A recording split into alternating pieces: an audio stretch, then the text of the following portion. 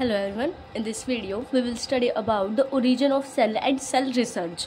मतलब सेल का ओरिजिन कैसे हुआ था, कैसे इसको पढ़ा गया था, पहले किसका ओरिजिन हुआ था, यूकारियोटिक का हुआ था या प्रोकारियोट्स का हुआ था। इस वीडियो में हम उसको डिस्कस करेंगे। The cell is the basic structural and functional unit of all form of life. हमारी लाइफ के जो भी हमारे काम है ये स्ट्रक्चर और फंक्शनल यूनिट है सेल। सेल के बिना कुछ नहीं हो सकता। Every cell consist of cytoplasm, हर एक सेल के अंदर cytoplasm. Enclosed with a membrane many cell consist organelle. एक ऐसा साइटोप्लाज्म होता है जिसके अंदर बहुत सारी ऑर्गेनलीज होती हैं और वो हर एक ऑर्गेनली स्पेसिफिक फंक्शन प्रोड्यूस करती है। The term comes from Latin word cellula means small room. और जो ये सेल है वो सेलुला मीनिंग से आई है जिसका मतलब है small room. All cells are capable of replication, protein synthesis and mortality. जो हर एक सेल होती है वो रेप्लिकेशन भी कर सकती है, प्रोटीन सिंथेसिस करने के भी कैपेबल है और मोर्टेलिटी भी कर सकती है। Cell was discovered by Robert Hooke in 1665। जो सेल है वो डिस्कवर किया था रॉबर्ट हुक ने 1665 में।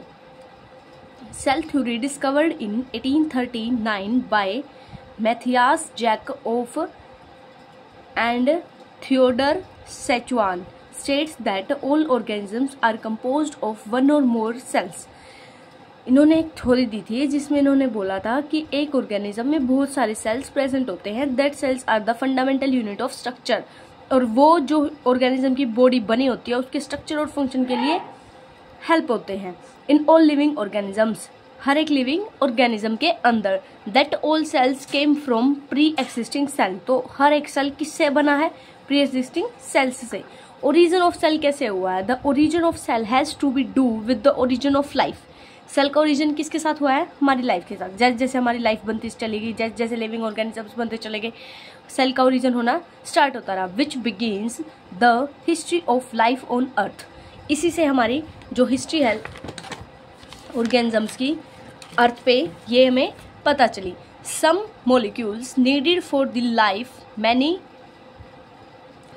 may have been carried earth on, create at deep sea vents or synthesized by lightning in a reducing environment. There is a little experimental data defining what the first self-replicating from where।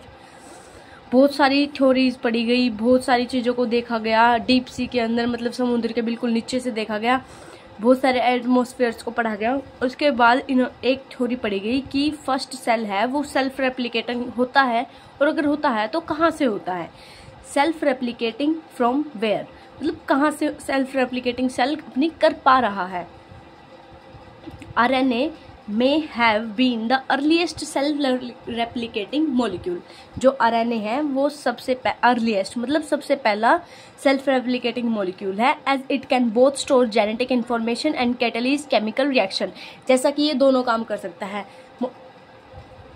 Genetic जो हमारी information होता है उसको store भी कर सकता है और जो हमारी कैटालिटिक रिएक्शंस होती है उनको भी कर सकता है। Cell engaged around 4 billion years ago. जो सेल है वो लगभग 4 बिलियन ईयर्स एगो पहले हमने ढूंढा था। The first cell was mostly like heterotrophs. जो फर्स्ट सेल था वो हेटेरोट्रोप था। The early cell membrane were probably similar and more permeable than modern one. जो अर्लीस्ट सेल था वो बहुत ज़्यादा सिंपल था उस सेल से जो हम जिसके बारे में हम अभी पढ़ रहे हैं, जो हमारा मॉडर्न सेल है। With only a single fatty acid chain पर लिपिड्स। किसके बेसिस पे? जो फैटी एसिड्स लिपिड्स में चेन होती है उसके बेसिस पे। Lipids spontaneously form by layer vesicles in water. जो लिपिड्स होते हैं वो एक बाय लेयर फॉर्म कर देते हैं वाटर के अंदर। And could have proceed RNA, और आरएनए को बना देते हैं। Cells are broadly categorised into 2 types. एक तो यूकारियोटिक, एक प्रोकारियोटिक। जो फर्स्ट सेल हमने पढ़ा, जो फर्स्ट सेल फॉर्म्ड हुआ वो कौन सा था? Eukaryotic. How did the first cell arise? It arise when the life first emerged at least 3.8 billion years ago, approximately 750 million years ago, and each were formed. लगभग 3.8 million year पहले 750 million year पहले cell को हमने पहली बार ढूंढा था। Several types of experiment, बहुत सारे एक्सपेरिमेंट, बहुत सारे एविडेंसेस दिए भाई सेल कैसे बन रहा है, सेल कैसे आया लाइफ में। In 1920 simple organic molecules could form. 1920 में सिंपल ऑर्गेनिक मॉलिक्यूल्स फॉर्म हुए, spontaneously polymerise into macromolecules. Easily वो मैक्रोमोलिक्यूल्स में बदल गए under the condition to exist in primitive earth atmosphere, primitive earth atmosphere के अंदर। At the time life arose, earth contain little और no free oxygen. जब life बनना स्टार्ट हुई तो जो ऑक्सीजन था वो भी बहुत कम था, इंस्टेड कंसिस्टिंग CO2 और N2। और ऑक्सीजन कम था तो बहुत सारी जो वो थी उसमें कंसिस्ट करना स्टार्ट कर दिया था CO2 को और N2 को, in addition to similar amount of gases. Similar amount of gases की जैसे जितना हाइड्रोजन लेते थे उतना ही H2S, उतना ही CO, ठीक है। The spontaneously formation of organic molecules was first demonstrated experimentally in 1950s। जो स्पॉन्टेनियसली जो फॉर्मेशन थी ऑर्गेनिक मॉलिक्यूल्स की वो पहली बार दी किसने थी? स्टैनले मिलर ने। उन्होंने क्या बताया था कि जो डिस्चार्ज है, इलेक्ट्रिक स्पार्क है, मिक्सचर है इन गैसेस का वाटर की प्रेजेंस में, ये वैरायटी ऑफ ऑर्गेनिक मॉलिक्यूल्स को मतलब सेल्स को बनाता है, ठीक है। और क्या बताया था मिलर ने? Although Miller experiment did not precisely reproduce the condition of primitive earth, इसके साथ साथ मिलर के एक्सपेरिमेंट में हमें जो पुराने सेल्स थे, प्रिमिटिव जो हमारे शुरू वाले सेल्स थे, उनके बारे में भी कुछ नहीं बताया गया था। And synthesis of organic molecule provided, सिर्फ सिंथेसिस बताई गई थी। The basic material from which the first living organisms is formed. उन्होंने प्रिमिटिव जो अर्थ थी हमारी उसके बारे में कुछ नहीं बताया था, तबकि उन्होंने ये बताया था कि जो हमारे सेल्स हैं, बेसिक मटेरियल्स हैं लिविंग ऑर्गेनिजम्स में जो प्रेजेंट है वो कैसे बने थे, जो हमारे बेसिक एलिमेंट्स थे। Next step is evolution was form of macromolecules. Next जो स्टेप था वो था evolution of macromolecules. Only a macromolecule is capable of directing the synthesis of new copies of itself. सिर्फ एक मैक्रोमोलिक्यूल ही एक ऐसा मोलिक्यूल है जो अपनी ही कॉपी खुद बना सकता है।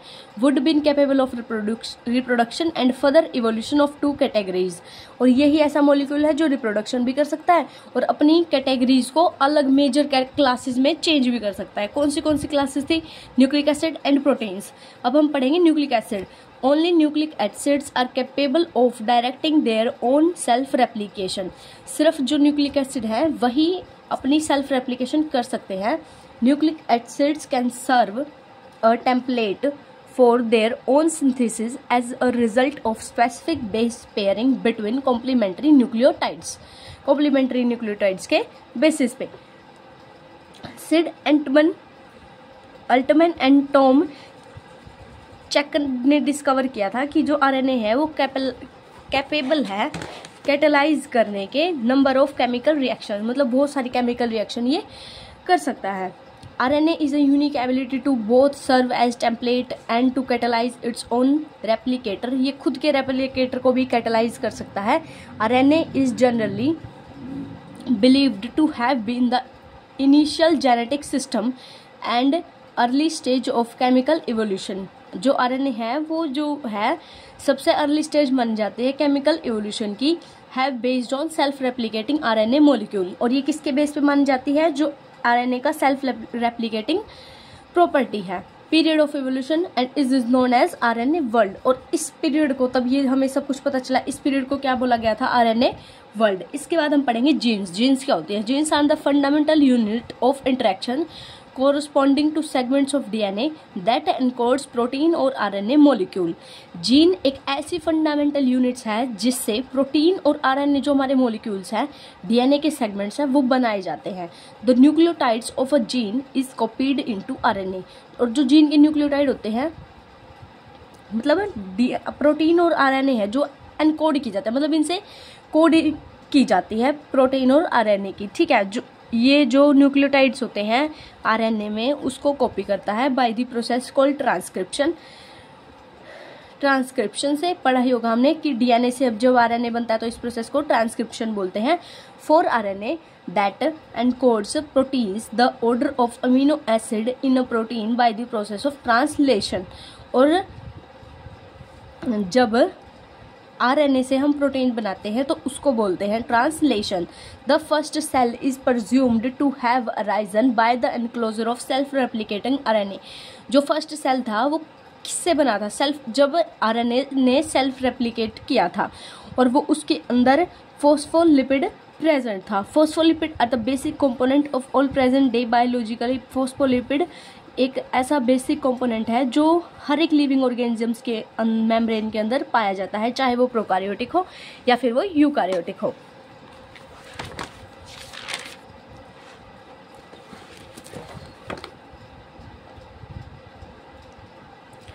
The key characteristics of phospholipid membrane is that they are amphoteric in nature, that one portion is soluble in water and other portion is not of molecule। Phospholipid का क्या प्रॉपर्टी है कि जो एक उसका एंड है वो वाटर में सोल्यूबल होता है और दूसरा नहीं होता। Phospholipid had long water insoluble hydrophilic. जो वाटर में इनसोल्यूबल होते हैं उनको हाइड्रोफिलिक बोलते हैं, और जो एक तरफ जो हाइड्रोकार्बन टेल होती है वो हाइड्रोफोबिक होते हैं, जो वाटर में सोल्यूबल हो जाते हैं। और ये कौन सा पार्ट होता है? हेड पार्ट होता है जो फॉस्फेट को कंटेन कर सकता है। Thank you very much. In our next video we will study